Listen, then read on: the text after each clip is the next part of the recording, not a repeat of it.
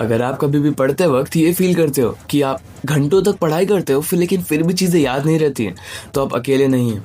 बहुत लोग पढ़ते वक्त कॉन्फिडेंट फील करते हैं, नोट्स बनाते हैं, वीडियोस देखते हैं, लेक्चर्स अटेंड करते हैं, लेकिन जब एग्ज़ाम आता है तो जब किसी भी कॉन्सेप्ट को अप्लाई करना होता है तब सडनली ब्रेन ब्लैंक हो जाता है एंड उस मोमेंट पर एक डेंजरस कंक्लूजन निकाल लेते हैं। शायद मेरी मेमोरी वीक है, शायद मैं नेचुरली इंटेलिजेंट ही नहीं हूँ, या शायद पढ़ाई मेरे लिए कभी बनी ही नहीं थी। लेकिन सच ये है कि प्रॉब्लम इंटेलिजेंस की थी ही नहीं, प्रॉब्लम मेथड की है।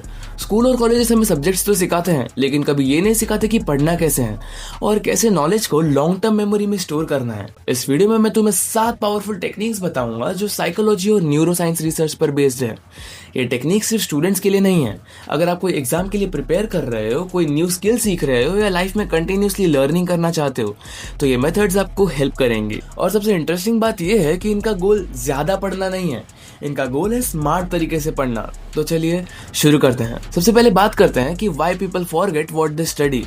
सबसे पहले एक बेसिक चीज समझनी जरूरी है। ज्यादातर लोग पढ़ाई को गलत समझ लेते हैं। उन्हें लगता है कि स्टडिंग का मतलब होता है बुक खोल के चैप्टर पढ़ के इंपॉर्टेंट लाइंस को हाईलाइट करके फिर नेक्स्ट चैप्टर पर चले जाना। लेकिन ये एक्चुअली स्टडिंग नहीं है, ये सिर्फ इन्फॉर्मेशन कंज्यूम करना है। ह्यूमन ब्रेन इन्फॉर्मेशन को सिर्फ देखकर परमानेंटली स्टोर नहीं करता। ब्रेन इन्फॉर्मेशन तब स्टोर करता है जब उसे एक्टिवली प्रोसेस करना पड़ता है।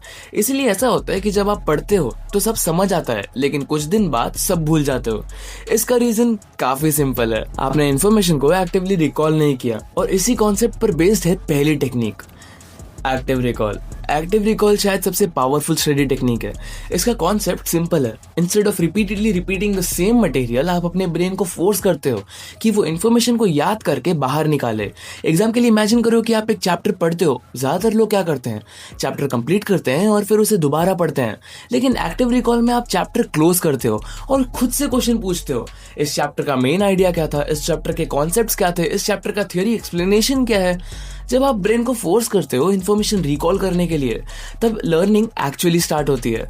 इस प्रोसेस में ब्रेन थोड़ा स्ट्रगल करता है, लेकिन यही स्ट्रगल मेमोरी को स्ट्रांग बनाता है। इसीलिए प्रैक्टिस क्वेश्चंस, फ्लैश कार्ड्स और सेल्फ टेस्टिंग इतने इफेक्टिव होते हैं। एक सिंपल हैबिट बना लो, जब भी आप कोई टॉपिक पढ़ लो उसके बाद बुक बंद करो और 2-3 मिनट के लिए खुद को एक्सप्लेन करो कि आपने क्या पढ़ा। अगर आप किसी कॉन्सेप्ट को अपने वर्ड्स में एक्सप्लेन कर सकते हो तो इसका मतलब है कि आप उसे जेन्युइनली समझ चुके हो। Technique number 2, spaced repetition. अब आते हैं दूसरी टेक्निक पर, जो कि है स्पेस्ड रेपिटेशन।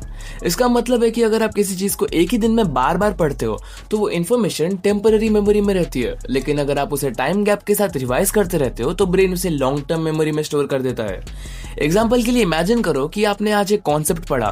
स्पेस्ड रेपिटेशन के अकॉर्डिंग आप उस कॉन्सेप्ट को डिफरेंट इंटरवल्स पर रिवाइज करते हो। जैसे सेम डे को एक क्विक रिवीजन कर लो, नेक्स्ट दिन को एक रिवीजन कर लो, 3-4 दिन बाद एक रिवीजन करो, एक हफ्ते बाद एक रिवीजन कर लो।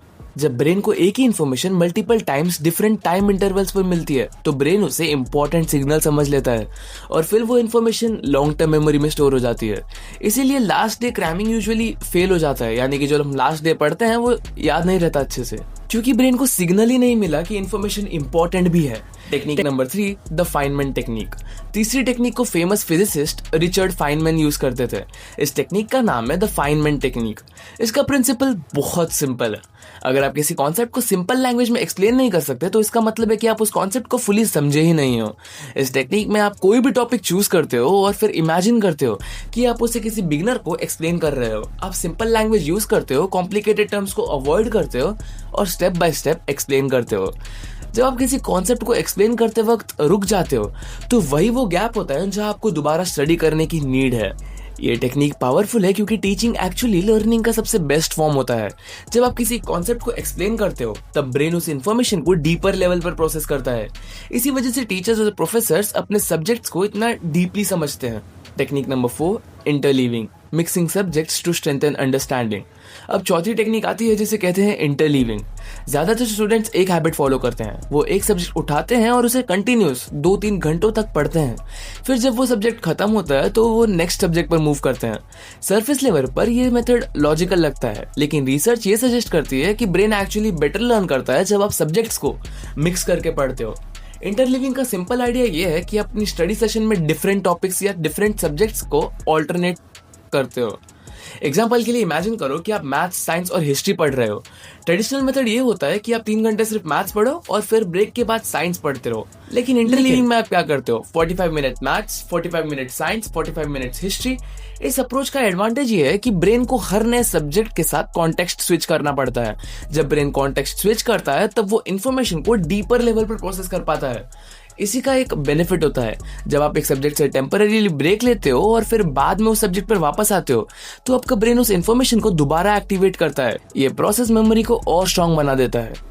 इंटरलीविंग स्पेशली इफेक्टिव होता है उन सब्जेक्ट्स के लिए जहां प्रॉब्लम सॉल्विंग इन्वॉल्व हो, जैसे मैथमेटिक्स, फिजिक्स, कोडिंग या एनालिटिकल सब्जेक्ट्स। अगर आप एक ही टाइप की प्रॉब्लम बार बार सॉल्व करते हो तो ब्रेन ऑटो पायलट मोड में चला जाता है।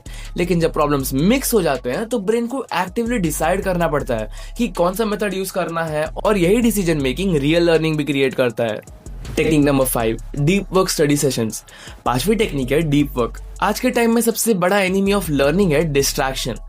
Phone notifications, social media, messages, random videos, ये सब चीजें ब्रेन को कांस्टेंट इंटरप्शंस देती रहती है। प्रॉब्लम ये है कि जब भी आपका फोकस ब्रेक होता है, ब्रेन को वापस उस टास्क में फुली एंटर होने में 10 से 20 मिनट्स लग सकते हैं। इसीलिए अगर आप हर 5 से 10 मिनट में फोन चेक करते हो तो आपका ब्रेन कभी भी डीप कॉन्सेंट्रेशन स्टेट में पहुंच ही नहीं पाता। डीप वर्क का कॉन्सेप्ट सिंपल है। आप अपने स्टडी सेशंस को ऐसे डिजाइन करते हो जहां सिर्फ एक ही काम पर कंप्लीट फोकस हो। एग्जाम्पल के लिए आप 60 to 90 मिनट्स का एक डीप वर्क सेशन प्लान कर सकते हो।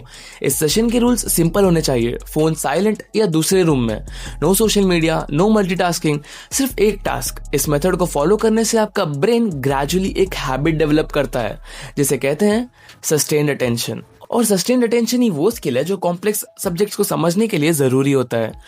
बहुत सारे सक्सेसफुल रिसर्चर्स, राइटर्स और एंटरप्रेन्योर्स अपना best work deep work sessions में ही प्रोड्यूस करते हैं, क्योंकि जब ब्रेन अनइंटरप्टेड फोकस में होता है तो क्रिएटिविटी और अंडरस्टैंडिंग दोनों इंप्रूव हो जाती है।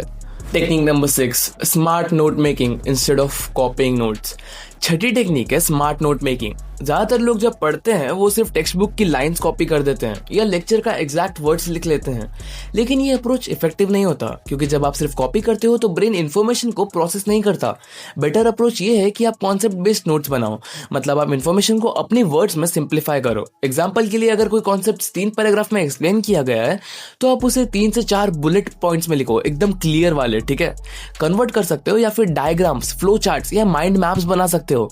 इस अप्रोच का एडवांटेज ये है कि जब भी आप नोट्स बनाते हो तब आपका ब्रेन एक्टिवली डिसाइड करता है कि कौन सी इंफॉर्मेशन इंपॉर्टेंट है और कौन सी नहीं।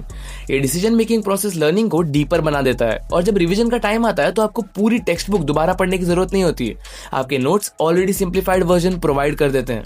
इसीलिए इफेक्टिव स्टडिंग का रूल ये है, नोट्स इन्फॉर्मेशन का कॉपी नहीं होना चाहिए, नोट्स इन्फॉर्मेशन का सिंप्लीफाइड मैप होना चाहिए। Technique number 7, sleep and memory consolidation. 7वीं टेक्निक शायद सबसे अंडररेटेड है, और वो है स्लीप। बहुत लोग लेट नाइट तक पढ़ते हैं और फिर 4 से 5 घंटे की स्लीप लेते हैं। उन्हें लगता है कि ज्यादा आवर्स पढ़ने से ज्यादा लर्निंग होती है, लेकिन न्यूरोसाइंस रिसर्च के अकॉर्डिंग लर्निंग का एक क्रिटिकल स्टेज होता है जो एक्चुअली स्लीप के दौरान होता है। जब आप सोते हो तब ब्रेन दिन भर की इंफॉर्मेशन को प्रोसेस करता है और इंपॉर्टेंट मेमोरीज को लॉन्ग टर्म स्टोरेज में ट्रांसफर करता है। इस प्रोसेस को कहते हैं मेमोरी कंसोलिडेशन। अगर आप प्रॉपर स्लीप नहीं लेते तो ब्रेन को वो अपॉर्चुनिटी नहीं मिलती है वो इंफॉर्मेशन को स्टेबल मेमोरी में कन्वर्ट कर सके। इसीलिए ऐसा होता है कि स्लीप डिप्राइव स्टूडेंट्स को नेक्स्ट डे फोकस करने में डिफिकल्टी होती है और उनकी रिकॉल एबिलिटी भी वीक हो जाती है। इसीलिए इफेक्टिव स्टडिंग का एक रूल ये भी है कि आप स्लीप को सैक्रिफाइस मत करो। 7 से 8 घंटे की क्वालिटी स्लीप एक्चुअली आपकी लर्निंग को एक्सेलरेट करती है। अब अगर हम इन सारी टेक्निक्स को कंबाइन करें तो इफेक्टिव स्टडिंग का एक क्लियर सिस्टम बन जाता है। स्टडिंग का गोल सिर्फ एग्जाम को पास करना नहीं होना चाहिए, रियल गोल होना चाहिए नॉलेज को जेन्युइनली समझना और यूज करना। अगर आप स्मार्ट मेथड्स यूज करते हो तो आपको रियलाइज होगा कि आपको एंडलेस पढ़ने की जरूरत नहीं है, आप कम टाइम में भी ज्यादा इफेक्टिवली लर्न कर सकते हो। और जब लर्निंग एफिशिएंट हो जाती है तब स्टडिंग स्ट्रेस नहीं लगती और वो स्किल बन जाती है। अगर आपको ऐसे प्रैक्टिकल वीडियोस पसंद आते हैं जहां हम रियल स्किल्स और रियल सिस्टम्स डिस्कस करते हैं तो चैनल को सब्सक्राइब जरूर कर लेना। और अगर आप चाहते हो कि मैं नेक्स्ट वीडियो में कोई स्पेसिफिक टॉपिक ब्रेक डाउन करूं तो कमेंट में जरूर बताना। मिलते हैं नेक्स्ट वीडियो में, तब तक के लिए